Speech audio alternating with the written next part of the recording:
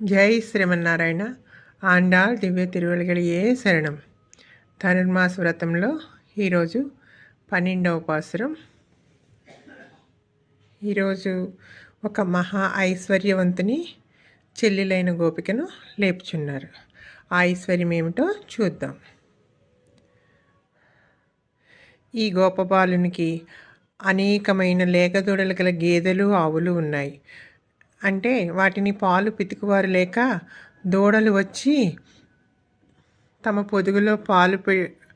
తమ పొదుగులో మూతి పెట్టినట్లుగా తలుచుకొని పాలధారలను దూడల మీద మనసు పోడ్చే పాలధారలను స్రవిస్తున్నాయంట. అలా ఇల్లంతా పాలధారలు స్రవించటం వల్ల ఇల్లంతా బురదైపోయిందంట. అలాంటి ఐశ్వర్యవంతులైన గోపబాలుని చెల్లెలను ఈరోజు లేపుచున్నారు. అంటే ఏమిటి ఐశ్వర్యం అంటే, ఈ గోపబాలుడు తన స్వధర్మము అంటే పాలు పితుకుటను కూడా మరచిపోయి కృష్ణుని వెంటే ఉంటూ కృష్ణుని పనులన్నీ చేయించు కృష్ణుని తోడిదే లోకమన్నట్లుగా ఉంటున్నాడట. అదే ఐశ్వర్యము.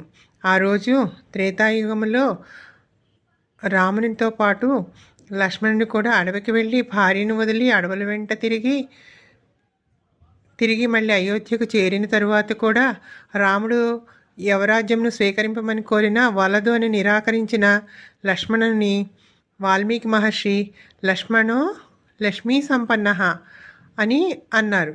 అంటే లక్ష్మణుడు చాలా ఐశ్వర్యవంతుడు అన్నారు. ఏమిటి లక్ష్మణుని ఐశ్వర్యం అంటే, రాముని ఎప్పుడూ విడువక ప్రతి సమయంలోనూ రాముని తోడి ఉండటమే లక్ష్మణుని యొక్క ఐశ్వర్యం. అలాంటి లక్ష్మణుని వంటి వాడట ఈనాటి గోపబాలుడు.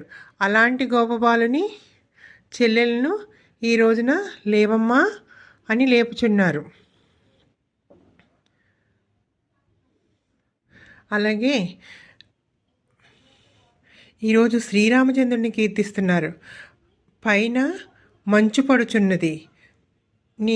మంచు పడుతుంటే నీ వాకిలి యొక్క పై కమ్మిని పట్టుకొని నిలిచి ఉన్నాము.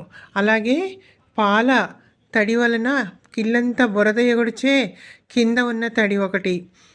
ఇలాంటి 3 రకాల తడుల గురించి చెప్తున్నారనమాట. సముద్రాన్ని మున్నీరు అంటారు. అంటే అందులో 3 రకాలైన తడులున్నాయి.